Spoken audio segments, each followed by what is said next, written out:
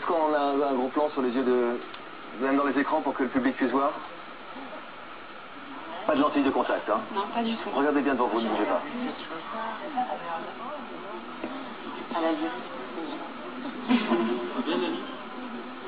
Vaut mieux avoir des yeux de chat que des yeux de batracien quand même quand on a le choix.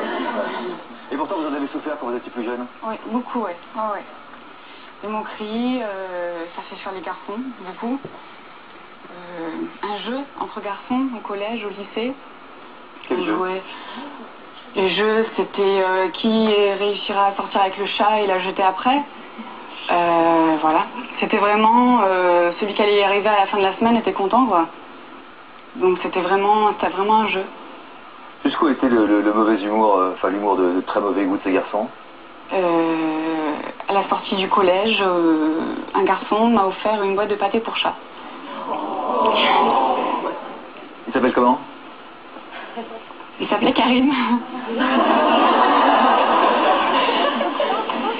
Est-ce que Karim aujourd'hui ne regrette pas en voyant cette jolie jeune femme, magnifique jeune femme que vous êtes devenue?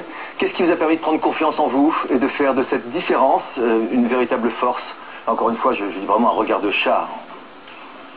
Il y a pire. Waouh!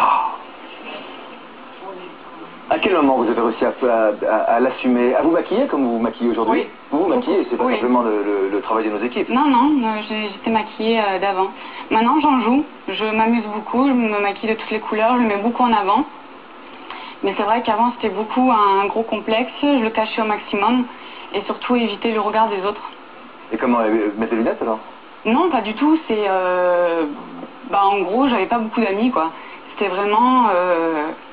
Moins on me parlait, mieux c'était. J'arrive pas à comprendre ça, franchement, que des yeux de chat empêchent d'avoir des amis. Je veux dire, si quelqu'un me parlait, un garçon ou une fille de la classe me parlait, c'était vraiment foutu pour lui, hein. C'était... personne ne s'asseyait à côté de moi, c'était vraiment... C'est foutu pour lui parce que... Parce qu'il m'avait parlé, c'était vraiment... personne C'était la paria, quoi. Voilà. À partir de quel moment vous avez réussi à prendre confiance en vous et à vous rendre compte à quel point tout le monde... Je crois que ça plaît à tout le monde, ça, non?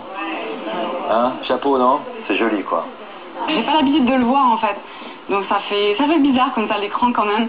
Ça impressionne.